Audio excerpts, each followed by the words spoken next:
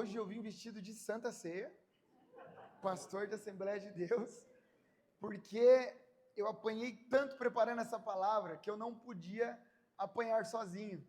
E aí eu venho com uma roupa bonita para poder aliviar o nosso processo hoje aqui, daquilo que Deus vai tratar com o nosso coração, em nome de Jesus. Corações abertos para receber a palavra do Senhor.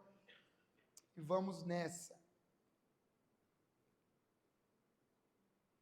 Estamos no segundo episódio da série de mensagens sobre Daniel.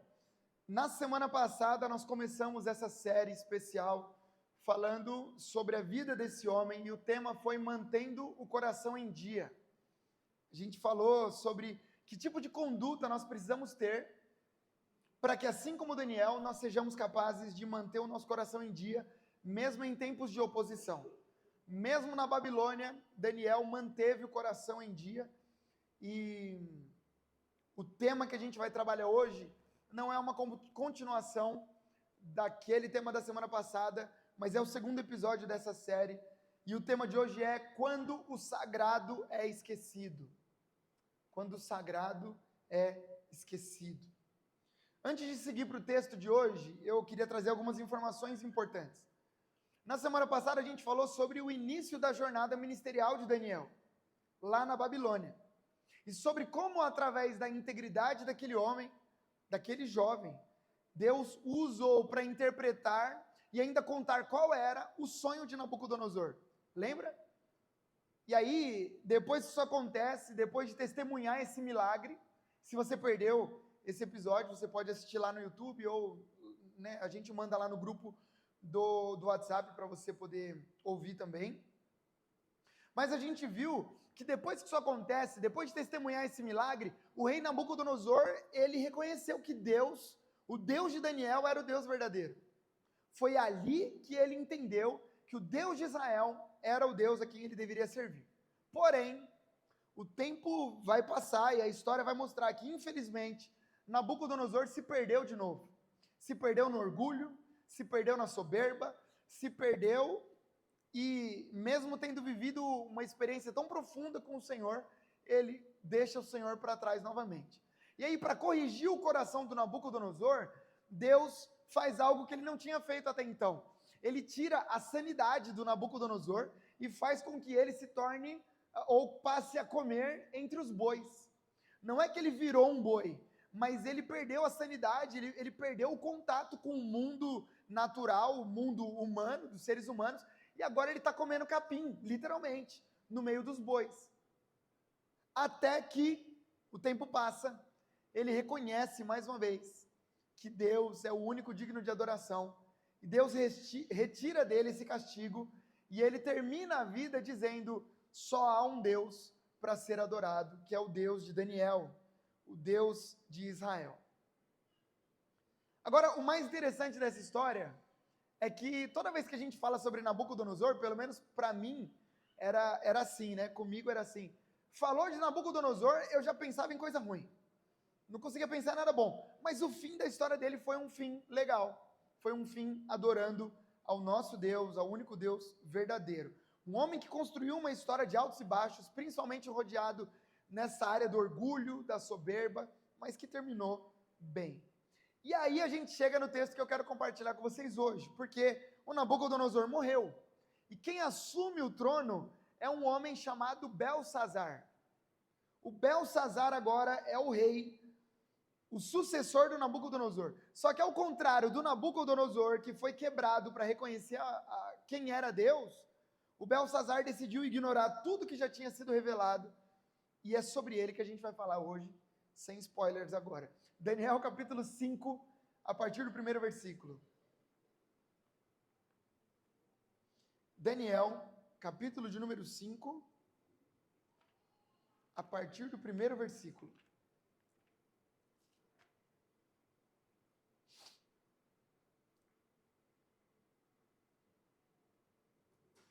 Olha só o que diz a palavra do Senhor.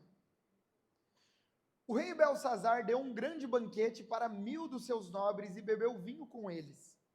Enquanto Belsazar bebia o vinho, deu ordens para que trouxessem as taças de ouro e de prata que Nabucodonosor, seu predecessor, havia tirado do templo de Jerusalém, para que o rei e os seus nobres, suas mulheres e concubinas, bebessem nessas taças.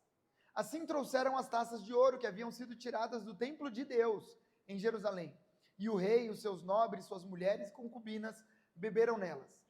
Enquanto bebiam vinho, louvavam os deuses de ouro, de prata, de bronze, de ferro, de madeira e de pedra. Aqui vem uma cena de Hollywood, hein? De repente, apareceram os dedos de uma mão humana, que começaram a escrever perto do candelabro, na parte caiada do palácio real. O rei observou a mão enquanto ela escrevia. Seu rosto ficou pálido, e ele ficou tão assustado que os seus joelhos batiam um no outro, e as suas pernas vacilaram. Aos gritos, o rei mandou chamar os encantadores, os astrólogos e os adivinhos, e disse a esses sábios da Babilônia: aquele que ler essa inscrição e me disser o seu significado, receberá um manto vermelho como recompensa, terá uma corrente de ouro no pescoço, e será o terceiro em autoridade no governo do reino. Todos os sábios do rei vieram, mas não conseguiram ler a inscrição, nem dizer ao rei seu significado. De novo, né? Porque domingo passado foi a mesma coisa.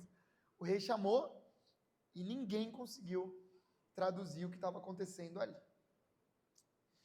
Irmãos, o texto que a gente leu começa com uma cena muito comum nas histórias bíblicas. Ele começa com um rei dando uma festa para os seus oficiais ali, né?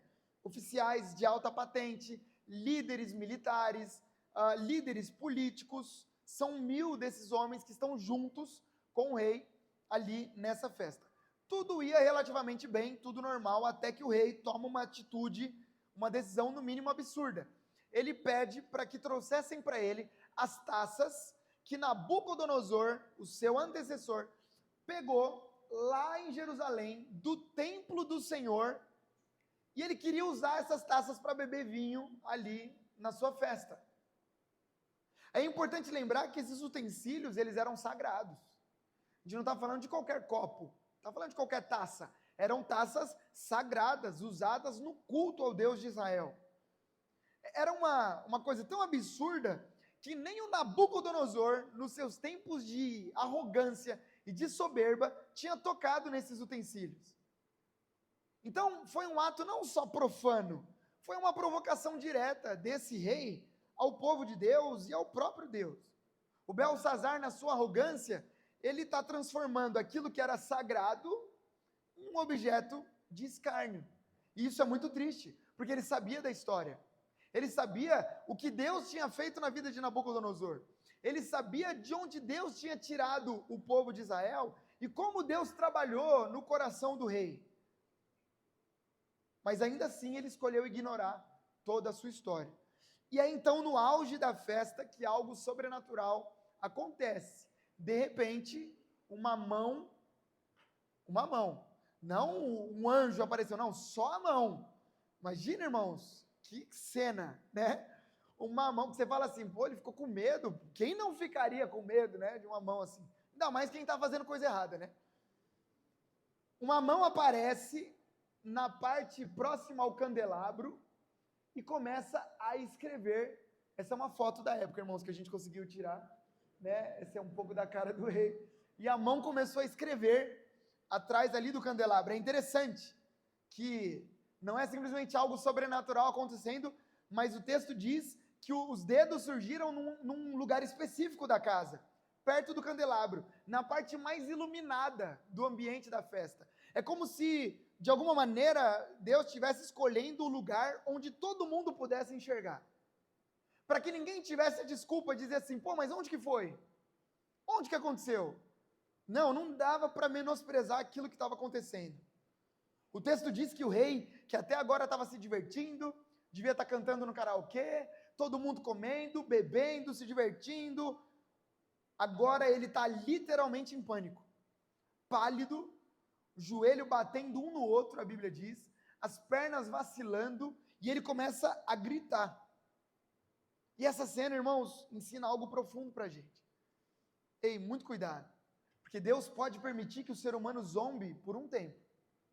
Deus pode permitir que alguém deprecie, menospreze, profane as coisas de Deus, brinque com Deus durante um tempo, mas acredite em mim, uma hora a casa cai, seja aqui ou seja lá. Alguém pode levar o reino de Deus de qualquer jeito, mas uma hora a conta chega. Com o caos instalado ali no palácio, o rei mandou chamar todos os sábios da Babilônia, exatamente como Nabucodonosor fez. Mas também como naquele momento ninguém conseguiu ajudar. Ninguém conseguiu interpretar aquilo que estava escrito na parede. E é aí que finalmente alguém lembrou de Daniel. Olha só como o texto segue. Todos os sábios do rei vieram, mas não conseguiram ler a inscrição, nem dizer ao rei o seu significado. Diante disso, o rei Belsazar ficou ainda mais aterrorizado, e o seu rosto mais pálido. Seus nobres estavam alarmados, e tendo a rainha ouvido os gritos do rei e de seus nobres, entrou na sala do banquete e disse: ó rei, vive para sempre. Não fique assustado, nem tão pálido. Existe um homem em teu reino que possui o espírito dos santos deuses.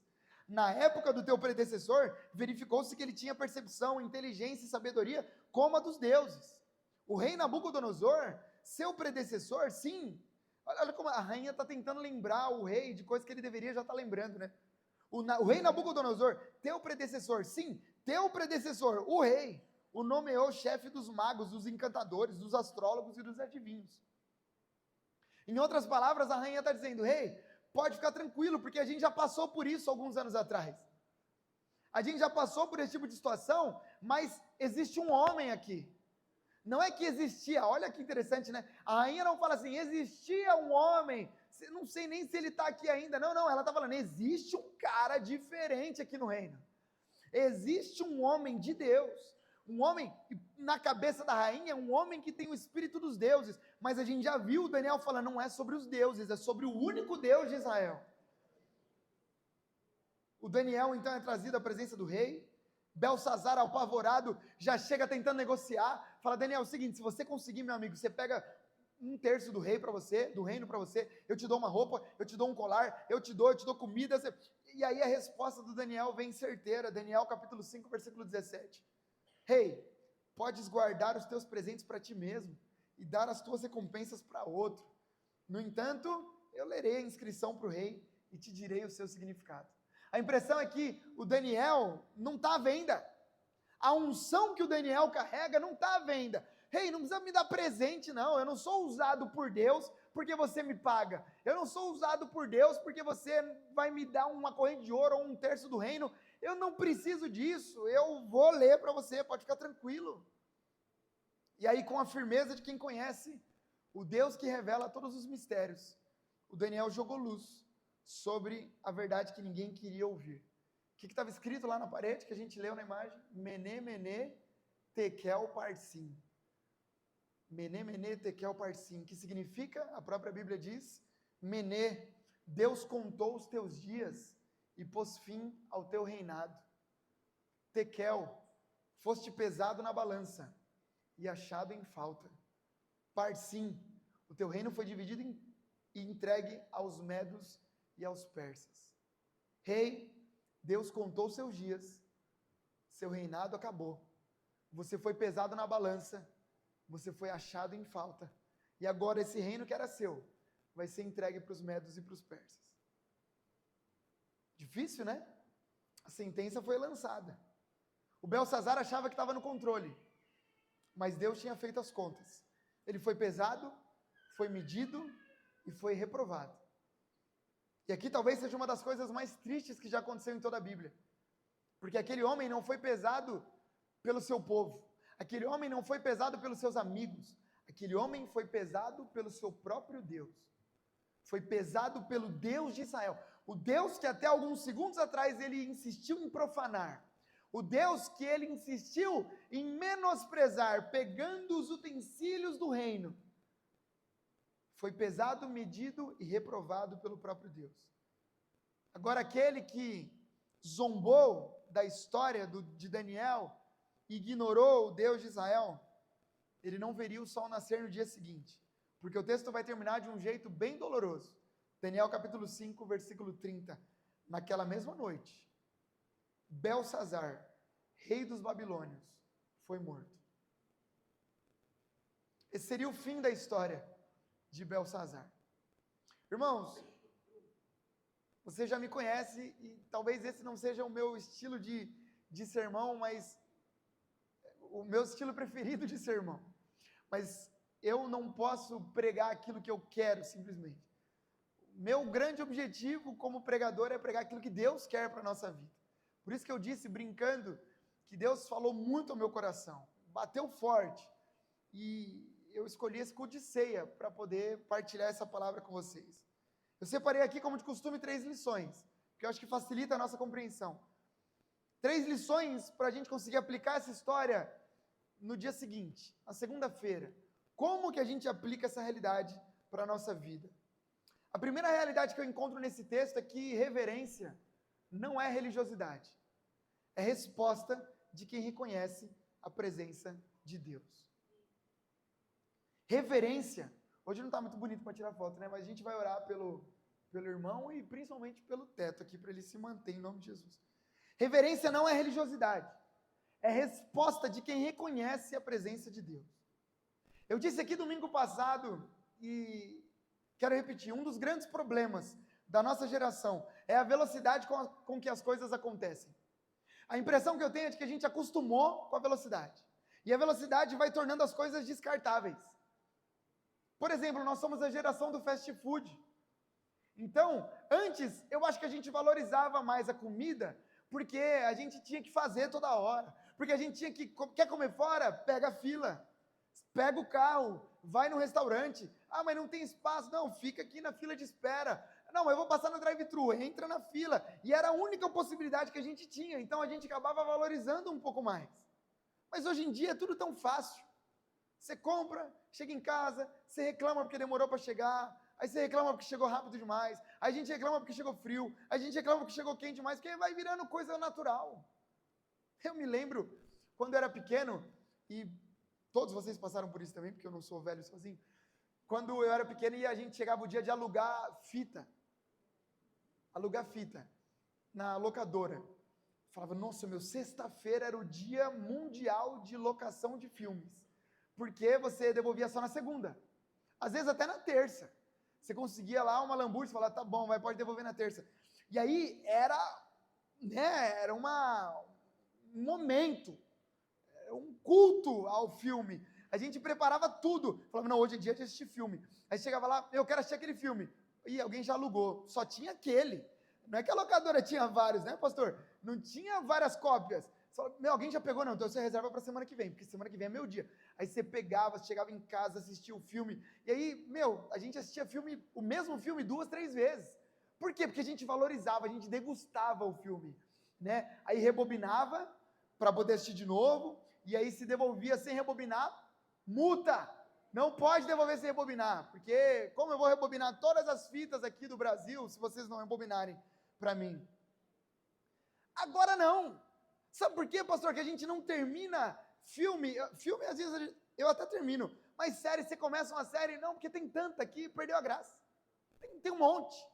A gente gasta mais tempo procurando do que assistindo, porque virou descartável, qualquer hora a gente tem. Se conectar agora aí tem uma série para assistir. Se você estiver assistindo série, irmão, Deus fulmina seu celular agora, em nome de Jesus. Sangue e fogo.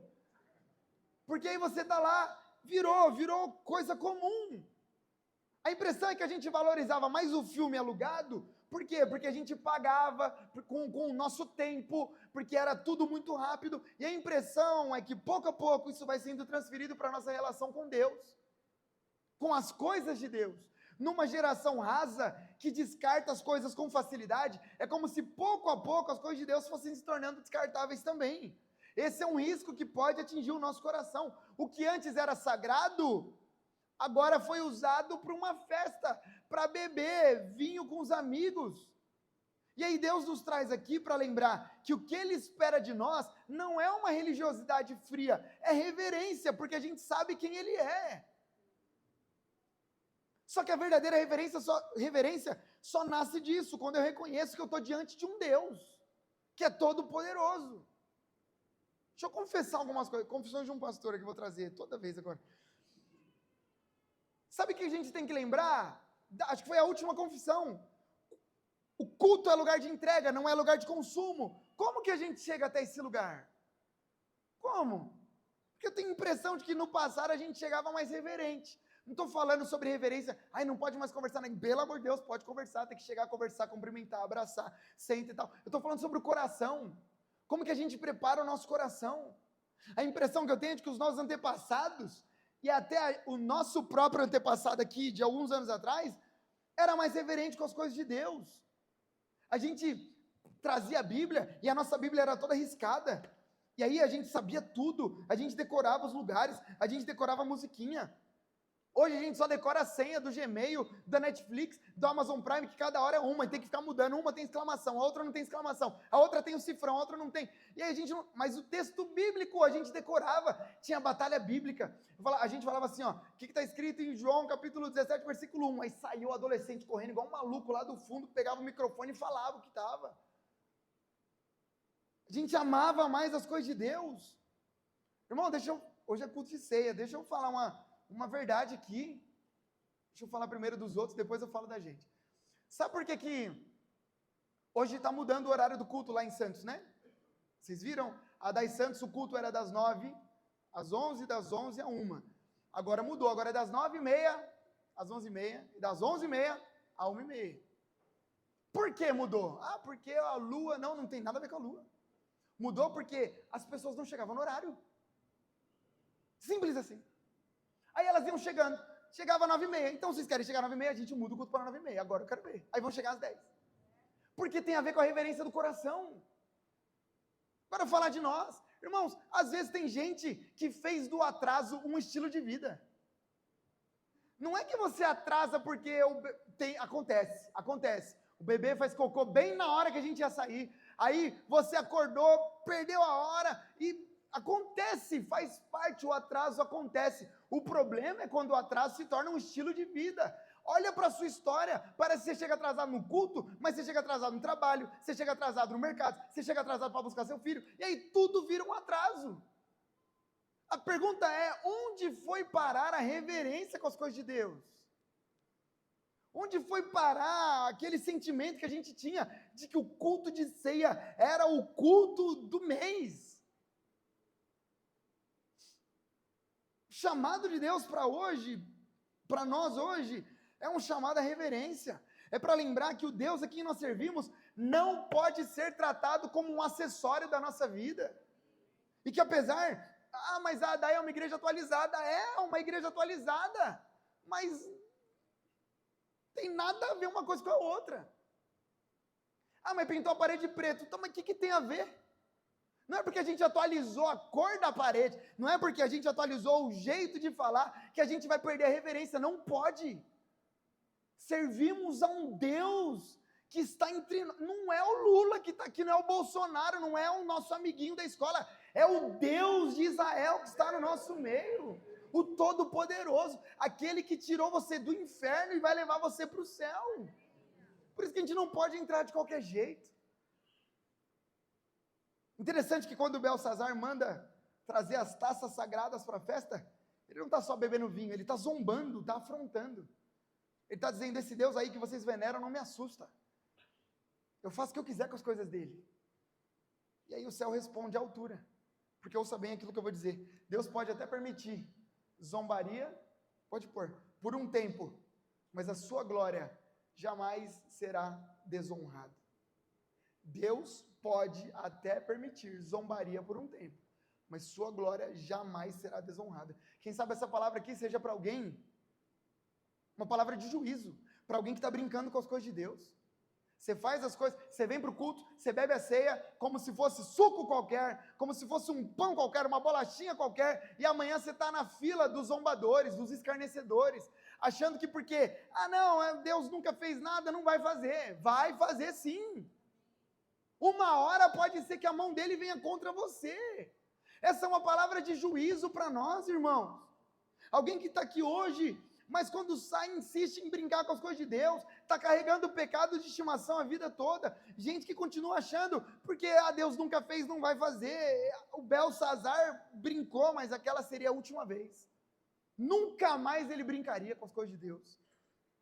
Não é à toa, irmãos, que a Bíblia diz, sem santidade ninguém verá o Senhor.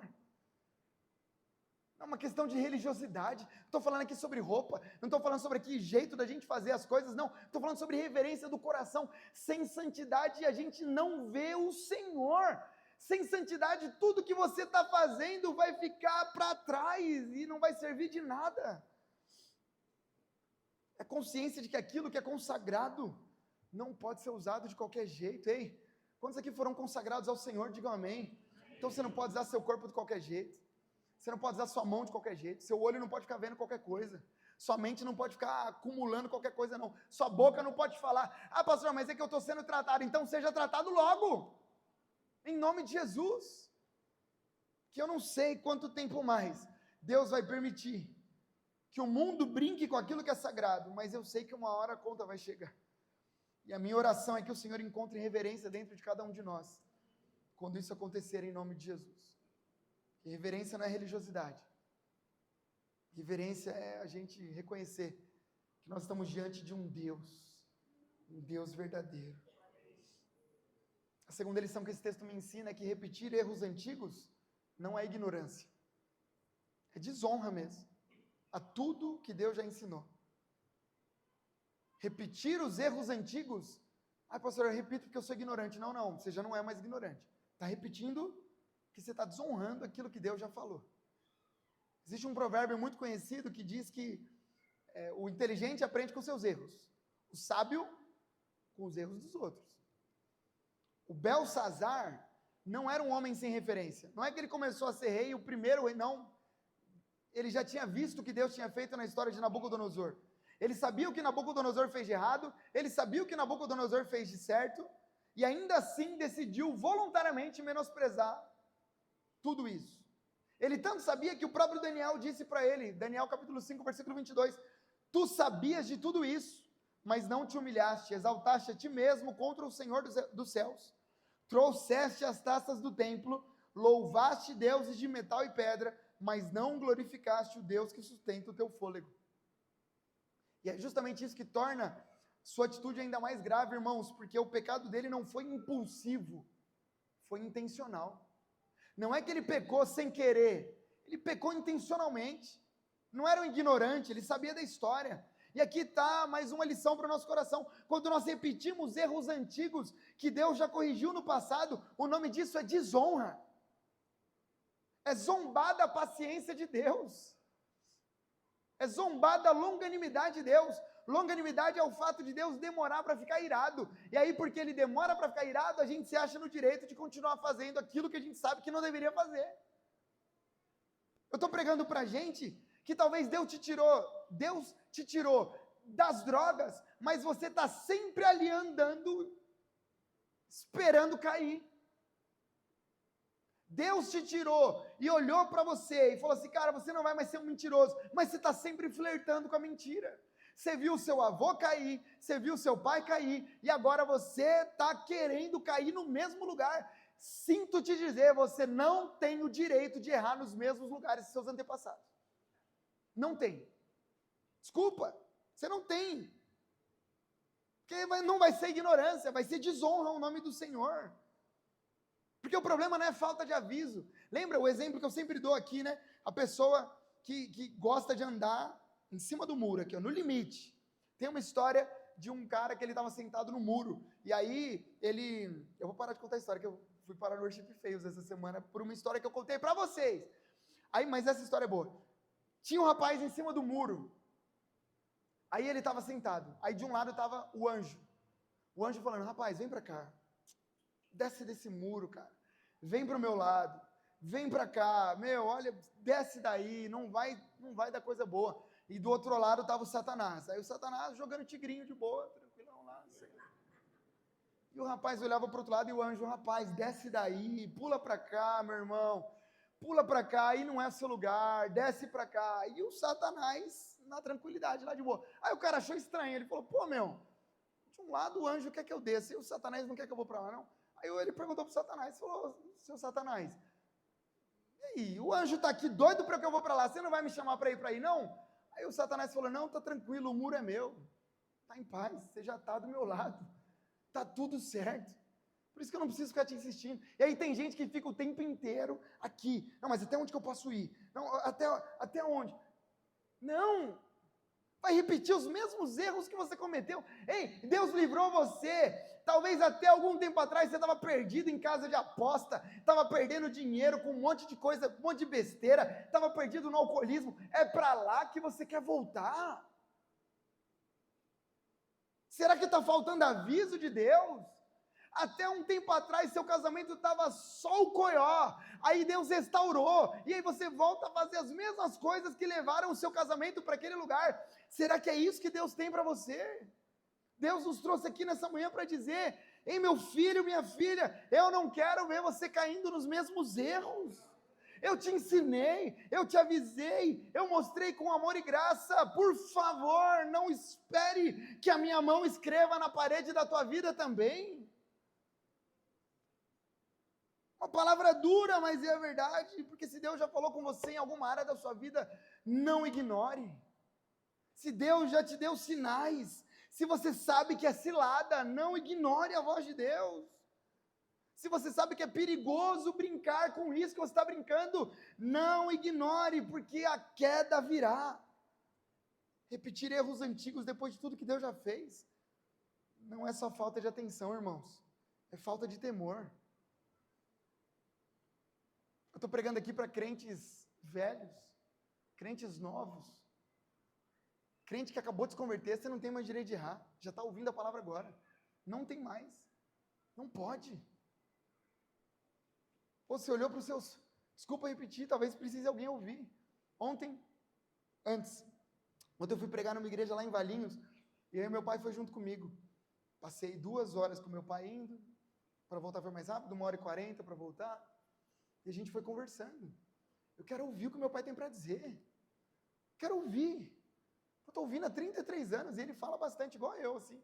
Ele conta nos detalhes. Mas eu quero ouvir, porque eu não quero errar nos mesmos lugares que ele errou. Sabe? Eu quero que ele me conte onde que ele errou lá no passado para eu não errar também. Onde que ele acertou para eu poder acertar. A minha oração para a gente é que a gente não jogue fora os livramentos que o Senhor nos deu. Os ensinos que o Senhor nos deu. Que Ele nos dê, em nome de Jesus, memória espiritual suficiente para que a gente não caia nas mesmas armadilhas em nome de Jesus.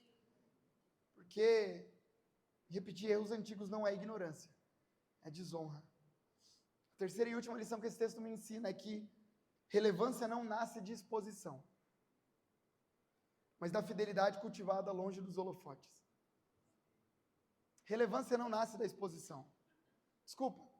Ah, mas o fulano tem 7 milhões de seguidores. Talvez seja a pessoa mais irrelevante do mundo. E às vezes o cara que não tem seguidor nenhum seja a pessoa mais relevante de todas.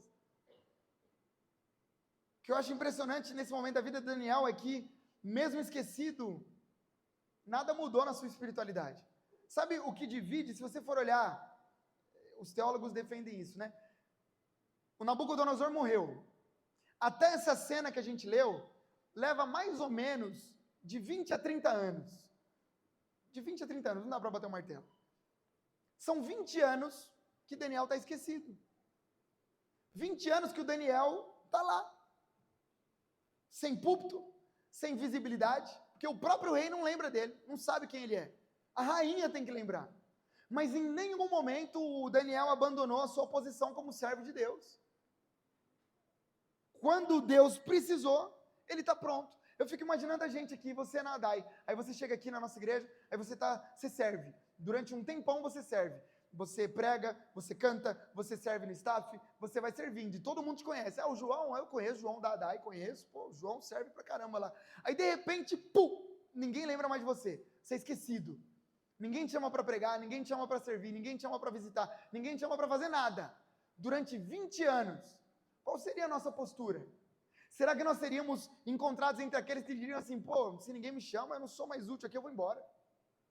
Ou então, no mínimo, eu não vou mais ler nada, não vou mais me preparar, ninguém me chama para nada. Para que eu vou orar? Para que eu vou ler a Bíblia? Para que eu vou me preparar se ninguém me procura, se ninguém me pede ajuda? Nenhum momento na história de Daniel ele perde a posição de servo. Daniel estava esquecido, mas quando o caos chegou, quando a crise bateu, quando nenhum sábio da Babilônia conseguiu dar conta, a lembrança de Daniel voltou à tona. E aí alguém disse, tem um homem aqui. Não é que tinha um homem, tem um homem. Tem um cara diferente. Tem alguém que na hora que o chicote estralou, Deus usou. Tem um cara, e não pode ser que ele se perdeu. É como se mesmo longe da exposição, a fidelidade de Daniel ainda ecoasse nos corredores do palácio. Sabe por quê, irmãos? Eu vou repetir algo que eu disse na semana passada. Relevância de verdade não é construída no palco, ela é cultivada no secreto. Relevância de verdade não é quando as pessoas estão te vendo. Relevância é aquilo que a gente constrói no secreto com o Senhor. É na oração que ninguém vê, é na obediência que ninguém aplaude, é na santidade que ninguém publica. Irmãos, quando a gente chegar no céu, Deus não vai perguntar assim, deixa eu ver quanto de hora de trabalho você teve lá na igreja. Não, Deus vai falar, deixa eu ver o quanto dessas horas foram reflexo do seu secreto. Quanto desse tempo que você dedicou na igreja foi reflexo da sua vida de oração, da sua vida de jejum, da sua vida de leitura da palavra. É por isso que o sagrado não pode ser esquecido, porque do sagrado depende a nossa vida, do sagrado depende a nossa eternidade. Por isso a gente não pode, irmãos, e eu digo isso com muito carinho, com muito temor, a gente não pode transformar a igreja de Jesus num clube. A gente pode atualizar a embalagem, mas o conteúdo continua o mesmo. Precisamos continuar amando a palavra do Senhor. Precisamos continuar a amar o lugar secreto com Jesus. Não dá para a gente construir uma vida só de holofote. A Babilônia esqueceu de Daniel, mas Deus não. E quando chegou a hora, Deus o levantou de novo. Não porque o Daniel era o mais famoso, mas porque ele era o mais fiel. Sabe, irmãos, quando eu estava terminando esse sermão, a oração que eu fiz para o Senhor, e eu vou ser bem vulnerável aqui com você, a oração que eu fiz para o Senhor foi, Senhor, não me deixa me tornar um profissional do púlpito. Não me deixa me tornar um profissional. Teve muita gente que começou bem também, no final virou profissional. Você tem um monte de desafio na sua vida também, eu também tenho os meus. Desafio de me manter com o coração em dia. O desafio de conseguir viver na prática tudo aquilo que eu prego para você. Eu quero ser achado como Daniel. Eu não quero me acostumar, sabe? E saber a frase certa na hora certa. E saber, agora eles estão prestando atenção, então eu vou falar isso, eu vou falar aquilo. Não, esse texto vai funcionar. Não, eu quero ter um coração entregue diante da presença do Senhor. Para o meu coração queimar e derramar no seu, e você derramar no outro, e o outro derramar no outro, e assim a nossa igreja ser incendiada pela presença do Senhor. Mas para isso acontecer, eu não posso me tornar um profissional, e nem você. Isso não é só sobre mim, não. Tem crente profissional também, que sabe tudo como ser um crente profissional. Tem a Bíblia do crente, a roupa do crente, o linguajar do crente, mas será que está sendo crente por dentro? Essa é a grande pergunta do Senhor para nós. Porque Daniel se manteve espiritual, mesmo escondido, mesmo esquecido, e na hora certa, ele foi colocado pelo Senhor no lugar certo. Eu quero profetizar isso sobre a sua vida também, meu irmão. Se você se mantiver fiel no secreto, Deus vai te colocar no lugar certo, na hora certa, com as pessoas certas, e Deus vai usar a sua vida no ambiente certo, porque é isso que Ele faz. Agora a gente só precisa se manter fiel. Aqui na ADAI a gente tem um lema que a gente leva muito a sério, né? Um lema que acompanha todos os nossos voluntários, que é esse aqui, ó. Que vai entrar agora, ó, no 1, 2 e 3. Ou no 4, ou no 5, não sei. Tá vendo? No 6. Faça tudo com excelência, porque sempre será o primeiro domingo de alguém. Você vai servir? Sirva com excelência, porque vai ser o primeiro domingo de alguém, né? Eu preciso pregar o meu melhor sermão, porque hoje é o primeiro domingo de alguém. Sempre vai ser o primeiro domingo de alguém. Prepara a melhor comida, a melhor aula. Quando a gente olha para a história de Belsazar, há uma outra verdade que a gente não pode menosprezar, que é essa aqui. Todo domingo, pode ser o último domingo de alguém. Todo domingo pode ser o último domingo de alguém. Irmãos, a pergunta que eu faço é: e se Deus já contou os nossos dias? E se acabou para nós? Desculpa dizer de novo do meu tio, da terça-feira vai fazer 3 semanas. Acabou. Os dias foram contados. Não tem mais. Construiu, jantou, 5 minutos, está com Jesus. Se Deus já contou os nossos dias, quem aqui tem poder suficiente para garantir que a gente sai todo mundo vivo desse culto? Que não vai dar um negócio em algum de nós? Ou em todo mundo ao mesmo tempo? Ninguém consegue garantir. Quem consegue garantir que a gente termina o ano? Quem consegue garantir que eu vou ver o Bruno casar? Que eu vou ver o Bruno tirar a carta de motorista? Ninguém consegue garantir. E se Deus já contou os nossos dias? E se Ele fez ou fizer com a gente hoje, como Ele fez com Belsazar? E se Ele decidisse pesar as nossas práticas hoje? E se Ele decidisse colocar na nossa balança ou na balança da nossa vida hoje a nossa história? Será que nós seríamos achados em falta, irmãos? Sabe o que eu quero transmitir com esse sermão? A urgência de sermos homens de Deus, mulheres de Deus, para não sermos achados em falta. É viver todos os dias como se Jesus fosse voltar hoje. Não dá para a gente construir uma história mais olhando, achando que vai durar e que a gente vai viver. Eu oro para que a gente viva, irmão, não estou orando para a gente morrer não, em nome de Jesus. Eu oro para que a gente viva muitos anos, mas e se não viver? O que Deus vai achar quando pesar a nossa vida? O que Deus vai encontrar, irmãos? Estou falando que eu vou encontrar, não. Olha que loucura. Diante do Senhor, irmãos, pouco vai importar o que você pensava sobre mim. É óbvio que eu trabalho aqui para que você tenha o mínimo de admiração pelo seu pastor. É óbvio que eu quero construir uma vida que você olhe e fala assim: puxa, eu gostaria de seguir esse caminho. É óbvio. Esse é o meu chamado. Essa é a minha função.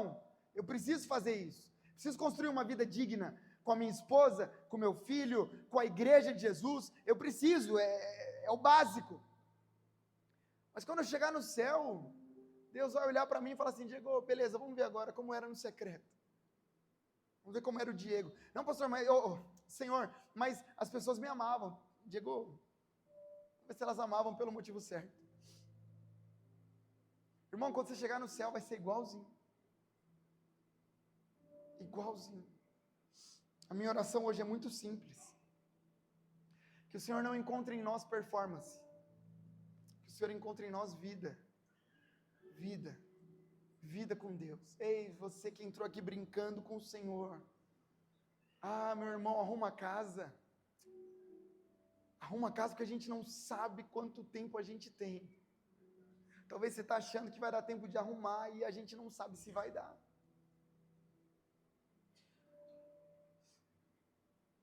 Você está achando que vai consertar e talvez não vai. Que o Senhor nos encontre quando Ele vier buscar. Que Ele coloque a gente na balança. E a balança dê positivo. Que Ele coloque a gente na balança e o que foi pro Belsazar, o Mené, Tekel, Parsim, Deus contou os seus dias, colocou fim no seu reinado, tudo bem, tudo certo. Mas o Tekel, foste pesado na balança e achado em falta, que o Senhor pese a gente na balança e a gente consiga dizer, e Ele diga para nós, né, vinde benditos de meu Pai, está tudo certo. A balança foi pesada, está tudo em dia. Eu quero orar por nós, para que essa palavra não seja só mais uma palavra, mas que de fato ela faça mudança no nosso coração. Aquilo que a gente precisa mudar, que a gente não erre nos mesmos lugares. Não temos mais direito, não temos. Que o Senhor nos ajude. Feche seus olhos, por favor, vamos orar. Senhor, dura essa palavra. Dura essa palavra. Mas eu te agradeço porque o Senhor está nos dando tempo. Belsazar não teve mais tempo para corrigir a rota. Não teve oportunidade. Porque todas as oportunidades que ele teve, ele desperdiçou. Pai, obrigado, porque o Senhor corrige o filho a quem o Senhor ama. Se estamos recebendo essa palavra hoje, nessa 7ª ceia de 2025, é sinal de que o Senhor continua nos amando, continua se importando com a gente. Pai, a minha oração é para que a gente conserte a casa, que a gente arrume a nossa casa, coração em dia, para que se o Senhor vier hoje, para que se chegar o dia da sua mão escrever na parede da nossa casa, a escrita seja diferente. Que o Senhor não nos encontre com faltas, mas que o Senhor nos encontre como homens e mulheres, tementes ao Senhor, que guardam o seu coração em santidade. Por isso, Deus, nós queremos declarar aquilo que Belsazar não teve mais tempo para declarar. O Nabucodonosor ainda teve. Ele teve, Belsazar não. Queremos declarar a sua santidade. Queremos declarar que não há Deus como o Senhor. O Senhor é santo, digno da nossa adoração, digno da nossa vida. Nós oramos em nome de Jesus. Amém e amém.